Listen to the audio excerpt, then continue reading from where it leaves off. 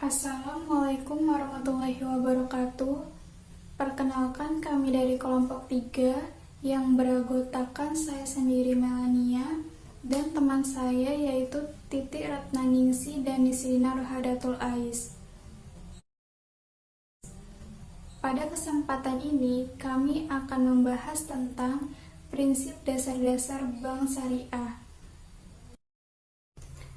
Lembaga keuangan syariah menurut Dewan Syariah Nasional adalah lembaga keuangan yang mengeluarkan produk keuangan syariah dan yang mendapat izin operasional sebagai lembaga keuangan syariah. Definisi ini menegaskan bahwa suatu lembaga keuangan syariah harus memenuhi 2 unsur, yaitu unsur kesesuaian dengan syariah Islam dan unsur legalitas operasi sebagai lembaga keuangan. Prinsip syariah adalah aturan perjanjian berdasarkan hukum Islam antara bank dan pihak lain untuk penyimpanan dana atau pembiayaan kegiatan usaha atau kegiatan lainnya yang dinyatakan sesuai dengan syariah.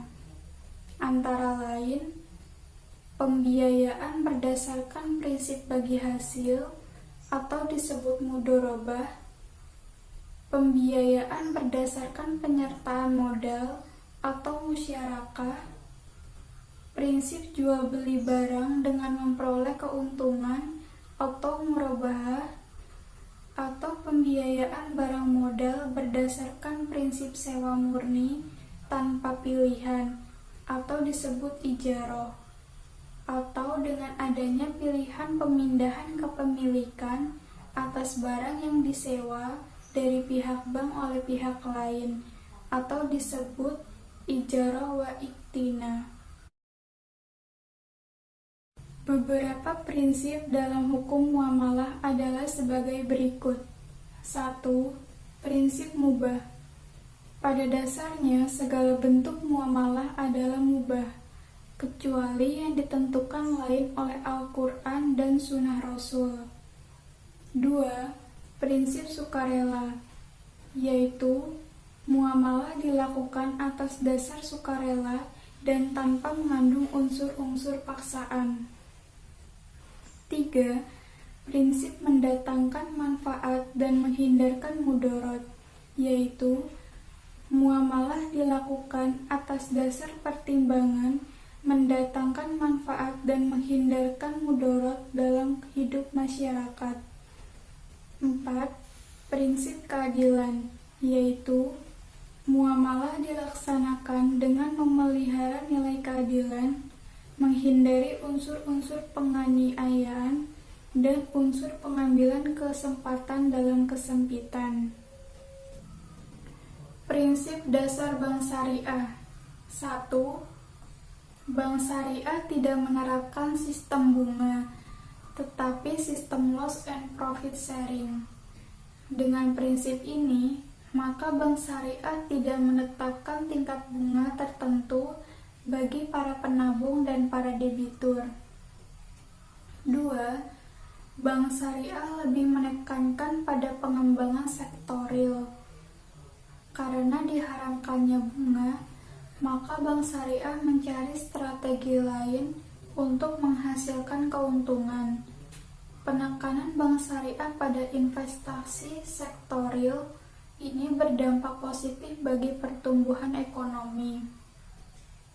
3. Hubungan antara bank syariah dan nasabah adalah atas dasar kemitraan.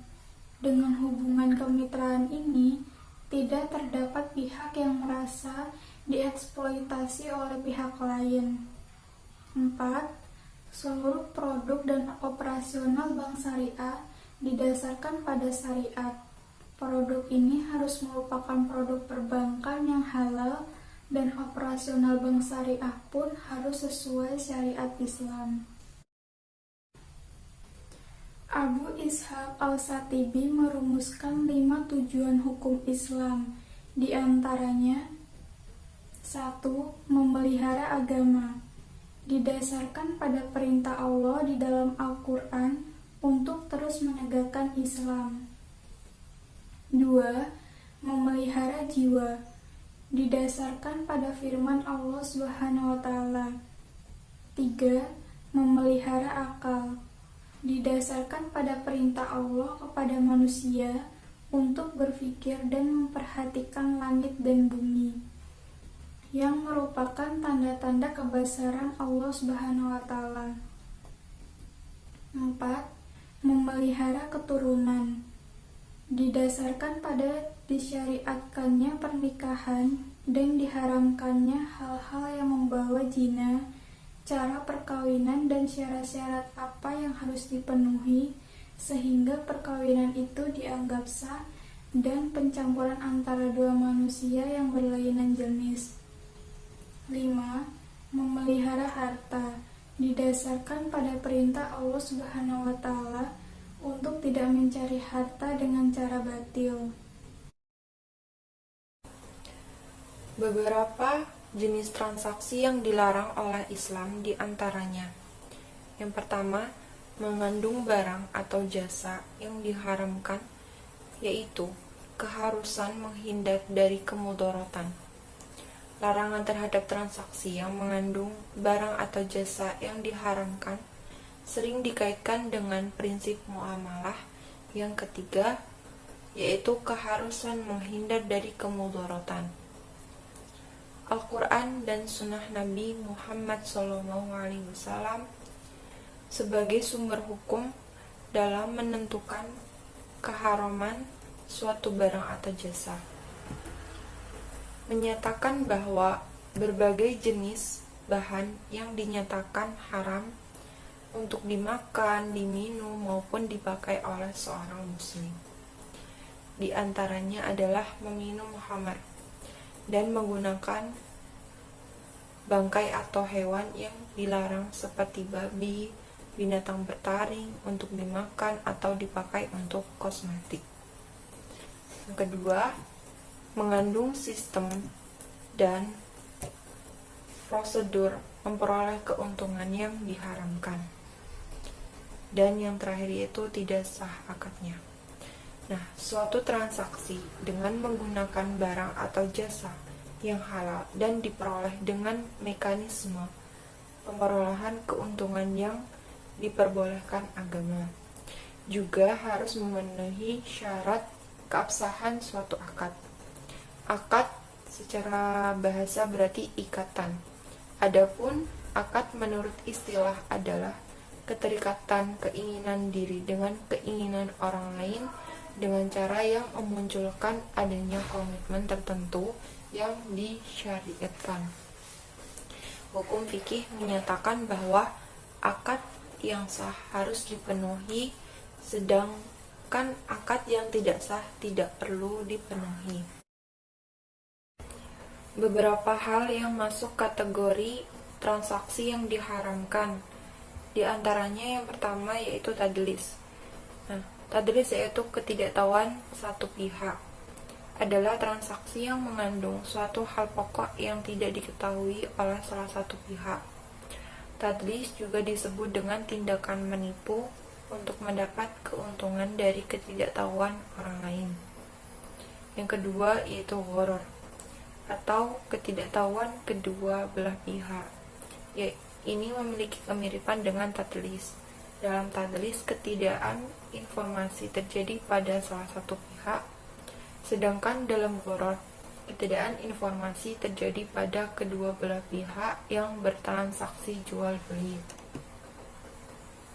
Kemudian, ikhtiar atau rekayasa pasar dalam pasokan adalah bentuk lain dari transaksi jual beli yang dilarang oleh syariah Islam. Ikhtiar yaitu menahan barang yang merupakan hajat orang banyak yang tidak menjualnya agar permintaan bertambah dan harga menjadi naik. Nah, saat itulah kemudian ia menjualnya. Kemudian ba'i najsi, rekayasa pasar dalam permintaan, adalah tindakan menciptakan permintaan palsu seolah-olah ada banyak permintaan terhadap suatu produk, sehingga harga jual produk akan naik. Kemudian maishir atau judi adalah sebuah permainan di mana satu pihak akan memperoleh keuntungan, sementara pihak lainnya akan menderita kerugian. Dan yang terakhir yaitu riba, adalah melebihkan jumlah pinjaman saat pengembalian hutang. Jenis-jenis riba. Yang pertama yaitu riba fadl. Tukar-menukar dua barang yang sama jenisnya dengan tidak sama timbangannya atau takarannya yang disyaratkan oleh orang yang menukarkan. Contohnya, tukar-menukar dengan emas, perak dengan perak, beras dengan beras, gandum, dan sebagainya. Yang kedua, riba qard, yaitu meminjamkan sesuatu dengan syarat ada keuntungan atau tambahan bagi orang yang meminjami atau mempiutangi. Yang ketiga, riba yad, yaitu berpisah dari tempat sebelum timbang diterima. Dan yang terakhir, riba nasiah, yaitu tukar-menukar barang yang sejenis maupun tidak sejenis, yang pembayarannya disyaratkan lebih dengan diakhiri atau dilambatkan oleh meminjam. Rukun-rukun akad dalam bertransaksi di antaranya 1.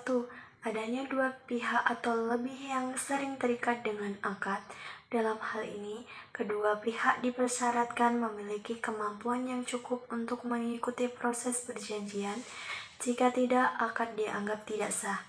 Yang kedua, adanya sesuatu yang diikat dengan akad, yakni barang yang dijual dalam akad jual beli atau sesuatu yang disewakan dalam akad sewa dan sejenisnya. Yang ketiga, adanya pengucapan akad berupa ungkapan serah terima atau ijab qabul. Ijab adalah ungkapan penyerahan kepemilikan oleh pemilik barang, sedangkan kabul adalah ungkapan penerimaan kepemilikan oleh pemilik barang berikutnya. Syarat barang yang dianggap sah bila a. Barang tersebut suci atau bila telah terkena najis bisa disucikan. B. Barang tersebut bisa digunakan untuk cara yang disyaratkan, misal hotel atau rumah yang tidak diperuntukkan bagi aktivitas prostitusi. C. Komoditas harus bisa diserah terimakan, contohnya tidak sah menjual barang yang sedang digunakan. D. Barang yang dijual harus milik penjual. E. Bila barang dijual langsung harus diketahui wujudnya, dan bila tidak berada di lokasi, harus diketahui ukuran, jenis, dan kriterianya. Manfaat menggunakan produk bank syariah. 1. Terhindar dari riba. Keuntungan pertama dari melakukan transaksi keuangan di bank syariah adalah terhindar dari riba, karena di dalam Islam riba hukumnya haram dan wajib ditinggalkan. 2. Berdasarkan syariah Islam, manfaat kedua dari menabung di bank syariah adalah turut serta dalam melaksanakan syariah Islam dan telah melakukan muamalah berdasarkan Islam. Hal ini tentu akan menghadirkan pahala bagi mereka yang melakukannya. 3. Keuntungan didirikan berdasarkan bagi hasil. Tidak seperti bank konvensional yang memberikan bunga kepada nasabahnya, di bank syariah keuntungannya didapatkan pada sistem bagi hasil. 4. Dijamin lembaga pinjaman simpanan atau LPS. Meskipun berbasis syariah, bukan berarti uang yang ditempatkan tidak dijamin. Dana nasabah bank syariah tetap dijamin lembaga penjamin simpanan atau LPS yang menanggung resiko kehilangan dana nasabah. 5. Bank syariah sudah dilengkapi fasilitas net banking. Bank syariah memberikan fasilitas berupa kemudahan melakukan transaksi perbankan melalui internet. 6. Sistem bagi hasil lebih adil dan transparan. Keuntungan dari sistem bagi hasil adalah terhindar dari risiko bunga yang menjadi riba. Selain itu, sistem bagi hasil akan menguntungkan pihak nasabah yang menyimpan dananya di bank syariah. 7. Penabung atau nasabah adalah mitra bank. Salah satu keuntungan dari menabung di bank syariah adalah hampir semua bank syariah nasional memberlakukan saldo tabungan yang rendah kepada nasabah-nasabahnya. Nilai saldo minimal ini tentu menjadi keuntungan tersendiri bagi mereka yang ingin memiliki tabungan dengan saldo mengendap yang nilainya kecil.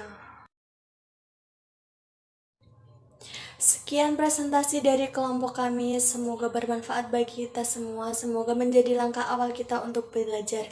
Sekian, terima kasih. Wassalamualaikum warahmatullahi wabarakatuh.